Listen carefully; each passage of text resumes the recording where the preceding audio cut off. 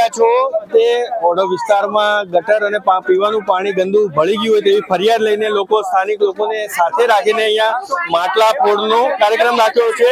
હવે આપણે જાણીશું કે શું ખરેખર સમસ્યા થઈ રહી છે અને અહીંયા શું સાહેબ રજૂઆત શું છે? રજૂઆત છે નિકોલ વિધાનસભાની અંદર આવેલા ઓઢવ વોર્ડની અંદર પાણી હાલની તારીખમાં ગંદુ આવી રહ્યું છે। જે પાણી આ લોકો લઈને આવ્યા છે, એમની બોટલોમાં લઈને આવ્યા છે।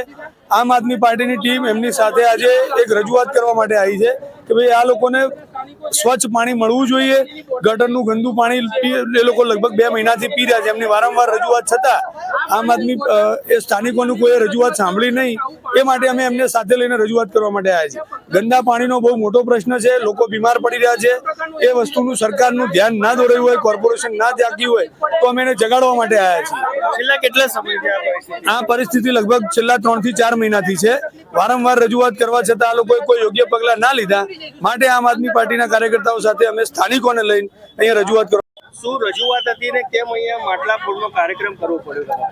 ઓઢવમાં આ નિકોલ વિધાનસભા લાગે છે, એમાં ઓઢવ વિસ્તારમાં મુકેશનગર સોસાયટી આવેલી છે, જેમાં તેના 200 જેટલા મકાનના રહેવાસીઓને કોઈ પાણીની સુવિધા નથી। જ્યાં ગટરના પાણી રિટર્ન બેક મારે છે અને ગટરના પાણી પીવાની લાઈનમાં ભળીને લોકોના ઘરે પાણી આવે છે। જે પાણી પીવામાં વાપરે છે, લોકો નાહવામાં વાપરે છે, રસોઈ કરવામાં વાપરે છે, જેથી એ લોકોના ઘરે ઘરે લોકો બીમાર છે। એની રજૂઆત રહીશું અમને કરી અમે આજે એ સમગ્ર સોસાયટીના રહીશું સાથે અમે અહીંયા કોર્પોરેશનમાં રજૂઆત કરવા આવતા કોર્પોરેશનના અધિકારી અને પોલીસ અધિકારી અમને અંદર જવા નથી દેતા। અને આપણે આ ગુજરાતના પ્રદેશ પ્રમુખ જગદીશ વિશ્વકર્માનો વિસ્તાર કહેવાય, એમની વિધાનસભા લાગતી હોય, આજે ભાજપ સરકાર મોટી મોટી વિકાસની વાતો કરતી હોય તો ક્યાં ગયો તમારો વિકાસ? ક્યાં દેખાય છે વિકાસ? જનતાના આજે તમે પ્રશ્નો જોઈ શકો છો, આખા ગુજરાતમાં રાફડો ફાટ્યો છે આ જનતાના પ્રશ્નોનો।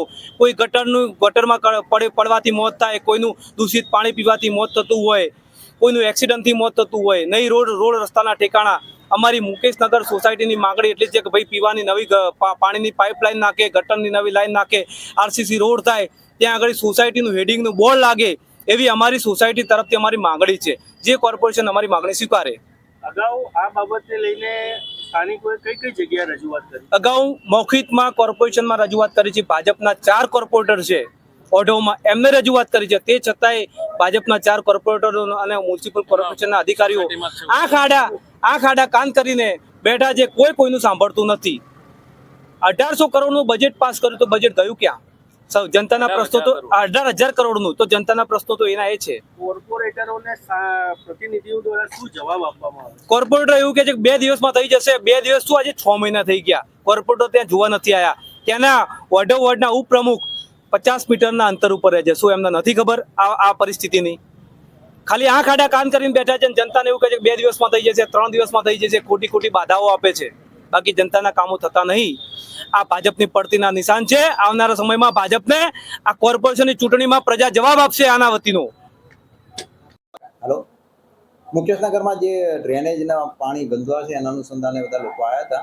એમાં ફરિયાદ એ લોકો એમ કે છે 1 વર્ષથી ગંદુ, 1 વર્ષથી ગંદુ નથી આવતું, 2 દિવસથી 2 કે 3 દિવસથી આવતું। એના અનુસંધાને જે ખારીકટ કેનાલ ડેવલપમેન્ટ થાય છે એનો જે ક્રોસમાં ડ્રેન લાઈન આવતી હતી એમાં કામગીરી ચાલુ હતી, એમાં લાઈનો તૂટી, એના કારણે જે 1 દિવસ પાણી મેનહોલ એ બધું ચોકઅપ થયું, એના કારણે જે ગંદુ પાણી હતું એ અમે સોલ્વ કરી દીધું છે। હવે કોઈ પાણી ગંદુ આવતું નથી, તેમ છતાં અમે કાલે હું વિઝિટ કરી અને ચેક કરીશું કોઈ ગંદુ પાણી આવશે, લોકોને ગંદુ પાણી ન મળે એની અમે વ્યવસ્થા પૂરેપૂરી કરેલી છે। અને આજથી બી જો ગંદુ પાણી આવશે તો લાઈન કાપી અને અમે ટેન્કરથી પાણી સપ્લાય કરીશું।